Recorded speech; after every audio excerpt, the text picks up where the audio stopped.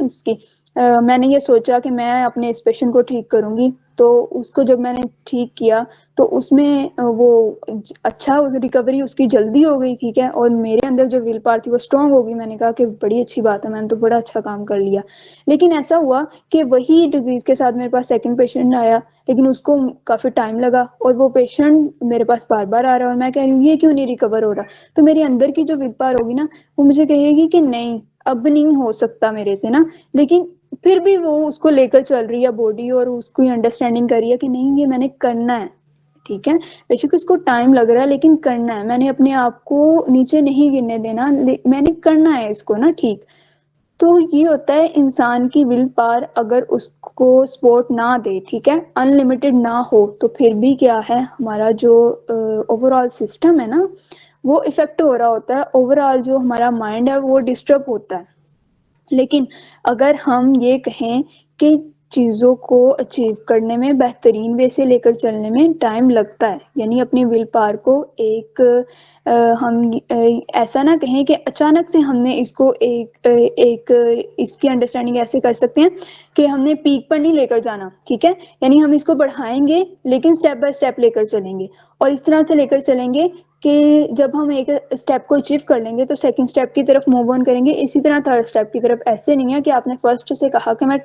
जो 10th वाला जो टॉप वन है ना उसको मैं एक ही बार में अचीव कर लूँ। ये अनलिमिटेड हम अपनी विल पावर तब अचीव कर सकते हैं जब हम उस पर थोड़ा थोड़ा काम करते जाएं। फॉर एग्जाम्पल कोई भी, जैसे मैंने आपको एग्जाम्पल दी ना कि अगर फॉर एग्जाम्पल पेशेंट नहीं ठीक हो रहा है, जो भी मेरा टारगेट था कि मैंने इतने दिनों में इसको अचीव करना है वो नहीं अचीव अगर हो रहा, तो इट डजेंट मीन कि हम अपने आप को ये कहें कि अब तो हो ही नहीं सकता। ये सोच नहीं हमने अपने अंदर पैदा करनी, बल्कि क्या है, स्ट्रगल्स करनी है। हमारी स्ट्रगल्स मैटर करती हैं। इसी तरह कुरान पाक में भी है कि हमारी जो बेहतरीन है ना, अल्लाह ताला ने हमारा जो बेहतरीन देखना है वो ये है कि इंसान कितनी कोशिश करता है, ठीक है। हमसे अल्लाह ताला ने ये नहीं कहा कि बताओ रिजल्ट क्या है। अल्लाह ताला ने हमेशा यही इंसानों को ना, जिससे हम तमाम के तमाम मुसलमान हैं, इसी तरह जो भी लोग हैं, कि जो मुसलमान को तो ये इसका कॉन्सेप्ट क्लियर है ना कि मैंने अल्लाह ताला को हर चीज़ के लिए जवाबदेह होना है। तो अल्टीमेटली यही चीज़ होती है कि आपका जो भी स्ट्रगल्स है ना वो मैटर कर रही होती हैं आपकी लाइफ में कि आपने किया क्या। जो रिवॉर्ड मिला वो अल्लाह ताला की तरफ से होता है और जितनी आपने मेहनत की है ना उसकी बेस पे होता है, ठीक है। अब इसमें ये भी नहीं होता कि इंसान कहे कि नहीं रिवॉर्ड तो इसका जो है वो अगर अल्लाह ताला नहीं देना है तो मैं बस इतनी सी ही मेहनत करता हूँ। अपना बेहतरीन करें, डे बाय डे अपने आप को बेहतरीन की तरफ लेकर जाएं। अगर वो चीज़ आपसे अचीव नहीं हो रही, वटेवर जो भी आपका गोल था, जो भी आपका टारगेट था, तो आपने अपनी जो इंटरनल एनर्जी है, जो अपनी विल पावर है, जो अपनी इंटरनल जो है वो आपकी कह लें कि इंटरनली जो भी आपने सोचा, आपकी सोच है ना उसको नहीं आपने लूज होने देना, उसको नहीं आपने जो है वो नीचे गिराना, बल्कि अपनी जो एक्टिविटीज है ना उसको बेहतरीन, हमेशा बेहतरीन की तरफ लेकर जाना है और अपनी स्ट्रगल्स को क्या करना है, कंटिन्यूसली लेकर चलना है। अगर हम ऐसा नहीं करते ना तो फिर ये होता है कि हम अपने आप को डैमेज करते हैं और अपने आप को ही हम क्या कर रहे होते हैं, अपने आप को क्वेश्चंस का शिकार कर लेते हैं और उसके बाद फिर डिस्टर्बेंस भी हमारे अपने ही अंदर हो रही होती है। अब जो हमारी साइंस है और ओवरऑल, जिस तरह मैंने आपको हदीस से भी इसका रेफरेंस दिया कि जो हमारे एक्टिविटीज़ होती हैं ना, बेशक थोड़ी मिकदार में हों, ठीक है, वो बहुत बड़ा इफ़ेक्ट जनरेट कर देती हैं। आपने देखा होगा कुछ एवरेज स्टूडेंट होते हैं, एवरेज से होते हैं, लेकिन अगर हम प्रैक्टिकल लाइफ में देखें तो वो बड़े काम कर लेते हैं, बहुत बड़े-बड़े काम कर लेते हैं। लेकिन कुछ स्टूडेंट्स होते हैं वो इंटेलिजेंस उनकी बड़ी अच्छी होती है, लेकिन वो उस तरह से जो एवरेज स्टूडेंट था ना वैसे काम नहीं कर सकते। तो हम देखते हैं कि इसमें जो मेजर एक चेंज है ना जो हमें देखने को मिलती है इन डिफरेंट एज ग्रुप्स में, वो ये है कि कंसिस्टेंसी मैटर। थोड़ा करें लेकिन फोकस्ड करें, लेकिन क्या है, पर्पस के साथ करें। जो हमारी टिनी इन्वायरमेंटल फोकस चेंजेस होती हैं ना, ये हमें किसकी तरफ लेके जाती हैं, हमारे अपनी बॉडी के अंदर जो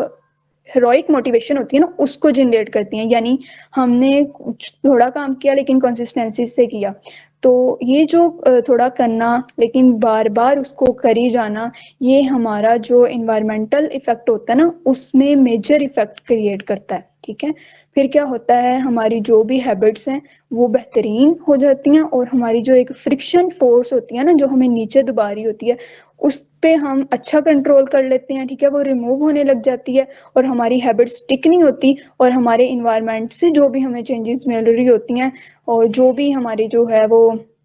चीज़ें इफ़ेक्ट कर रही होती हैं, हम उनको अच्छे वे से लेकर चलते हैं, ठीक है? यानी हम क्या कर रहे हैं, अपने बेहतरीन को अचीव करने के लिए थोड़ा-थोड़ा उसमें एफ़र्ट्स ऐड करते जा रहे हैं, लेकिन कंटिन्यूअसली कर रहे हैं।